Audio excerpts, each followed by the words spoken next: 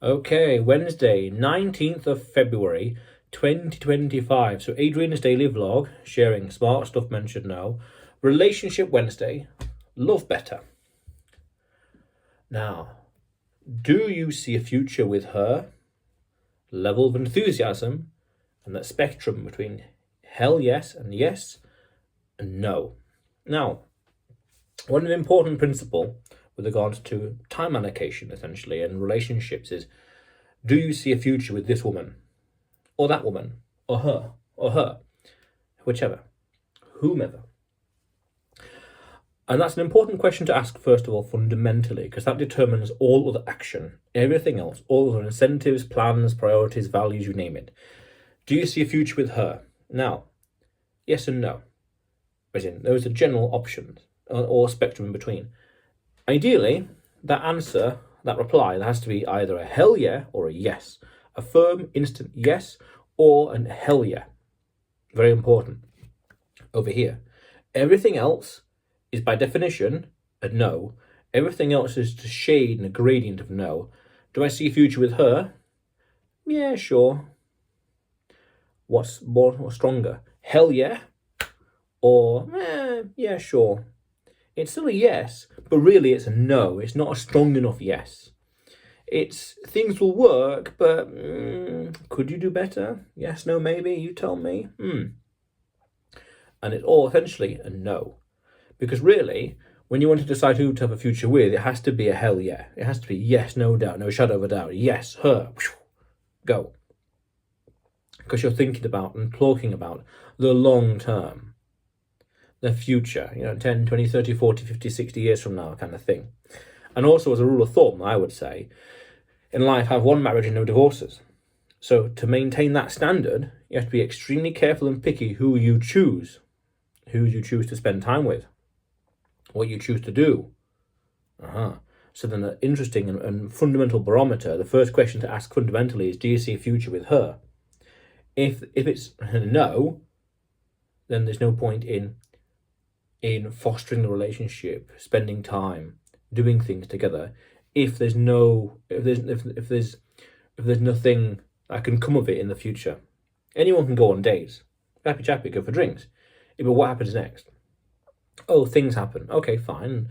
Then what? And then what? And then what? Because the more time you spend together, the relationship will blossom, will break these ceilings, so to speak, these barriers, and things happen over time.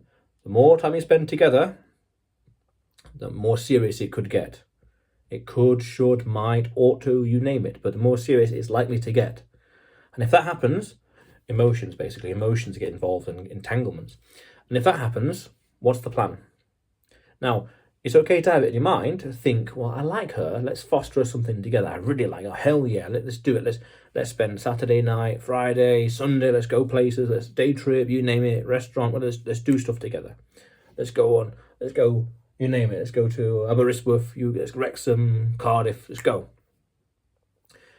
What's the follow through, so to speak? Anyone can go on dates, but what happens afterwards? That. And really, if you're doing all these events, dates, and if there's no follow through, no longevity, then you're arguably wasting everyone's time, because her emotions are going to get stronger and stronger about you. And if you're not really interested in her and you're just there for the fun and the adventure, then you're inadvertently setting her up for fail, because the emotions are going to get so strong, but then the foundation, no future together, collapse the whole thing. Heartache.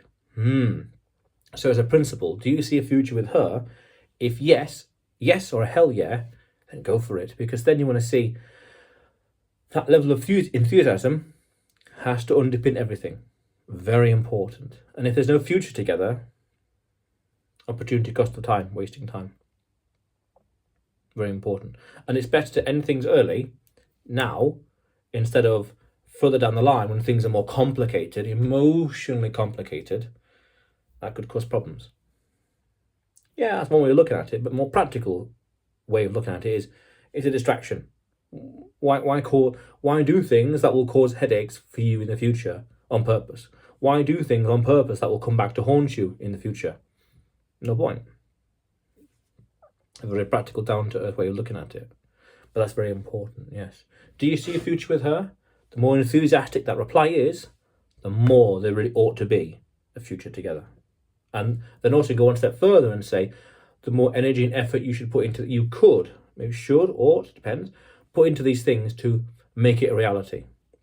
Oh, it's akin to saying, oh, I'm thirsty. I want to get a glass of water.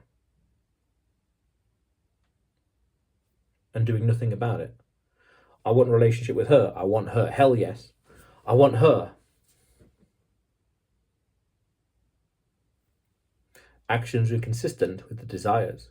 You want her, then chase is a strong word. Build, that's a more accurate word. It's a better word to use. Build something then. Do something. A few years ago, there was an interesting dilemma, kind of related to this. Interesting dilemma that someone said that, oh, we never do stuff together as a friendship group. And left this little social group. And I said to the other person involved, I said, well, they left, but they never suggested ideas. Oh, we never do stuff together. I'm leaving. That's fine, but did you offer any ideas? Did you say, hey, on Friday, Saturday, Sunday, I'm free, let's do something in 2 weeks from now? Did you plan anything? No. So if you do nothing, you get nothing. You might say, I want a future with her. That's fine. Enthusiastic, clarity, very important. I did a video about this, clarity. Do something about it then. Dates, events, travel, you name it. Hills, mountains, nature, road trips. Do something about it. Do something about it. Very straightforward. But otherwise, Adrian's daily vlog, sharing smart stuff men should know. Subscribe for more, and you will see me tomorrow.